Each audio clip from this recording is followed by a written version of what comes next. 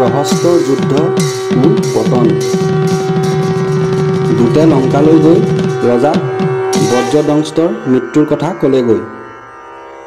বজ্ৰদংষ্টৰ মৃত্যুৰ কথা শুনি ৰাৱণে চিন্তিত হৈ মোমায়েক প্ৰহস্তক সোনকালে মাতি আনি ক'লে, হে মামা, তুমি ৰাজ্যৰ ঠাকুৰ, তোমাৰ ৩ কোটি সৈন্য আছে। তুমি, মই, কুম্ভকৰ্ণ আৰু ইন্দ্ৰজিৎ এইকেইজনেই সমৰত পণ্ডিত।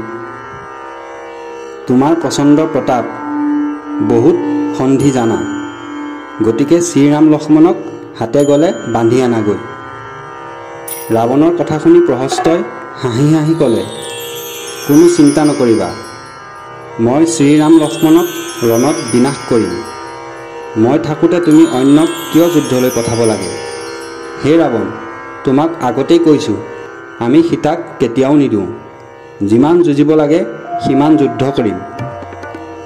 কথা শুনি দশাননে ক'লে, হে মামা, তোমাৰ বলৰ কথা জানো, যুদ্ধত জিনি আহিলে সকলো তোমাৰ।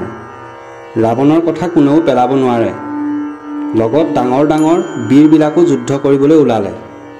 প্ৰহস্তই সকলো বীৰকে আশ্বাস দি ক'লে, ৰাম লক্ষ্মণৰ আজি অৱশ্যেই মৰণ।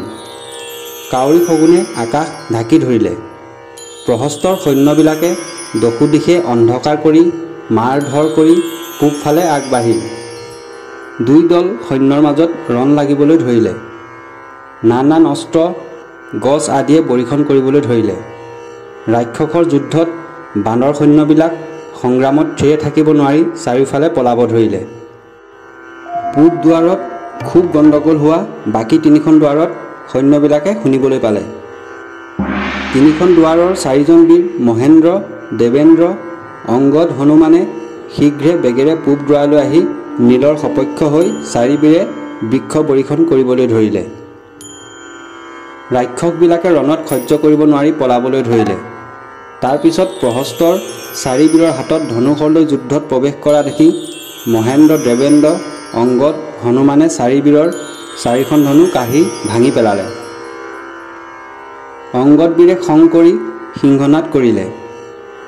এনেদৰেই প্ৰহস্তই ৰাক্ষসৰ 4 বীৰক বান্দৰৰ 4 বীৰে যুদ্ধ কৰি মৰা দেখিবলৈ পাই তেওঁ বান্দৰৰ 4 বীৰক শৰ প্ৰহাৰ কৰিলে। শৰৰ প্ৰহাৰত মহেন্দ্ৰ, দেৱেন্দ্ৰ, হনুমানে ৰণক্ষেত্ৰৰ পৰা পলাল। পূৰ্ব দুৱাৰখন নীলবীৰে ৰাখিলে। বান্দৰৰ সকলো সেনা পলোৱা নীলবীৰে দেখি প্ৰহস্তক খুব গালাগালি কৰিলে। প্ৰহস্তইও গালাগালি কৰিব ধৰিলে। ফলত দুয়োজনৰ মাজত যুদ্ধ লাগিব ধৰিলে। ৩০০ বাণ বীৰে ধনুত জুৰিলে আৰু নীলবীৰৰ বুকুত সেইবিলাক সন্ধান কৰিলে। নীলবীৰেও ১০ যোজন পৰ্বতৰ শৃংগ আনি প্ৰহস্তৰ মাথাত মাৰি মাথা গুড়া কৰিলে।